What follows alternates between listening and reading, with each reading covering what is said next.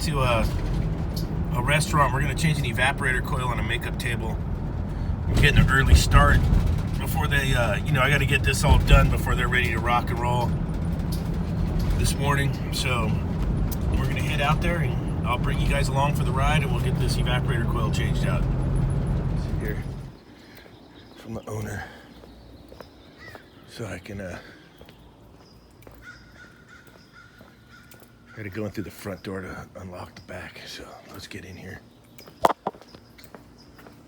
See how this goes.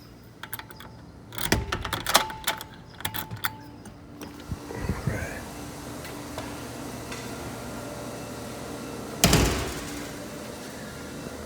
Lock that dude back up here.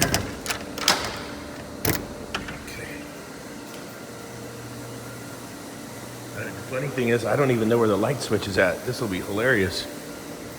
See if we can find some lights.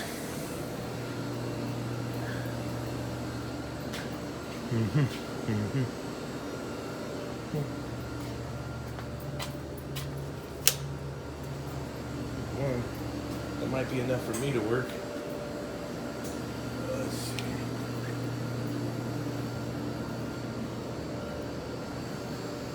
I'm working on today.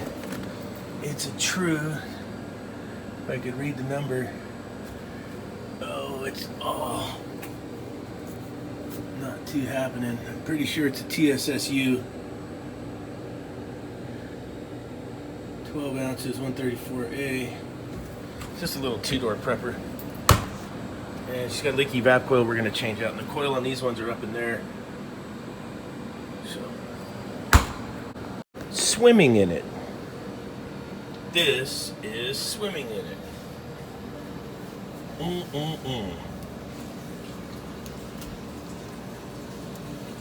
Swim in there, motherfucker.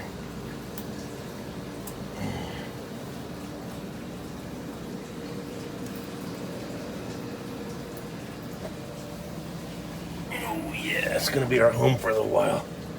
Might have to clean it up a little bit.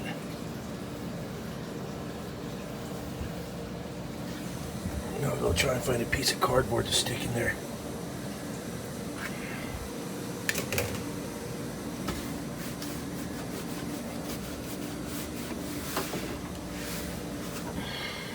Right there, I put a piece of cardboard in there.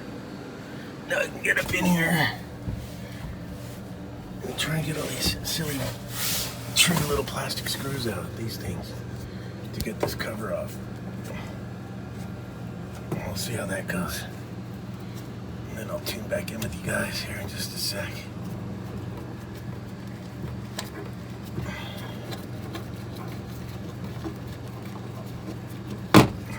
Those little guys.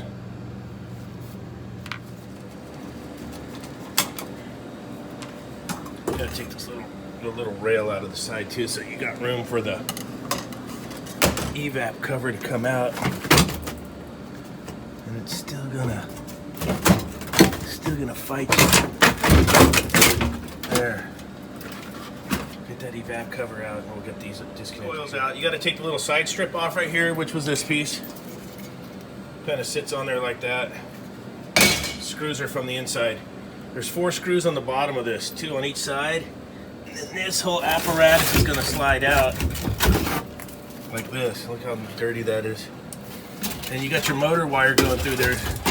So once you slide that out of the way, now we can take the fan motor bracket, the motor mounts out. And we can get that out of the way. And we can get all this stuff out of the way to get to the coil. Now look at this, that side of the coil, you're like, wow, that looks pretty good, NorCal Dave. And then this side over here is where the leak is. You can see all the deterioration and the oil stain on the line there. And hammer time. All right, let's get that fan motor bracket out of the way. All right, with the fan motor out of the way, you can see there's 4 screws, 2 on each side.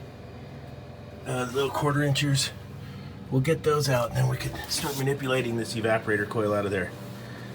And I got a new cap tube for this one. We'll fish the new cap tube and we'll see if we can rehabilitate that suction line over there.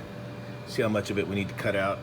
All right, I got the evap out of there. I do this, a lot of you guys probably won't agree with me on this one, but I always get rid of these accumulators because they end up leaking all the time too. You can see how pitted it is. I just cut them out of there, and I've done it for a million years. There's our big old leakers right down in here. On that one you can see all the oil.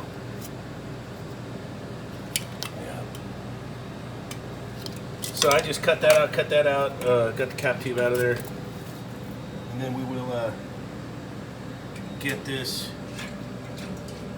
I gotta get that pipe shined up in there, fit up a piece of pipe that's gonna go in the evap, and then we'll try and weld as much as we can out here.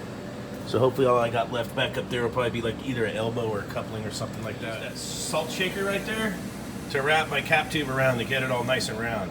You just wrap it around there. And that's how I got the shape for my cap tube there. Got my dryer sweated in. I'm up against the clock here because I got to get all this done before they get back to work. So I got my rebuild going here. Whew. I got to do my deviation test for nitrogen and then get it on the vacuum pump. Just in time.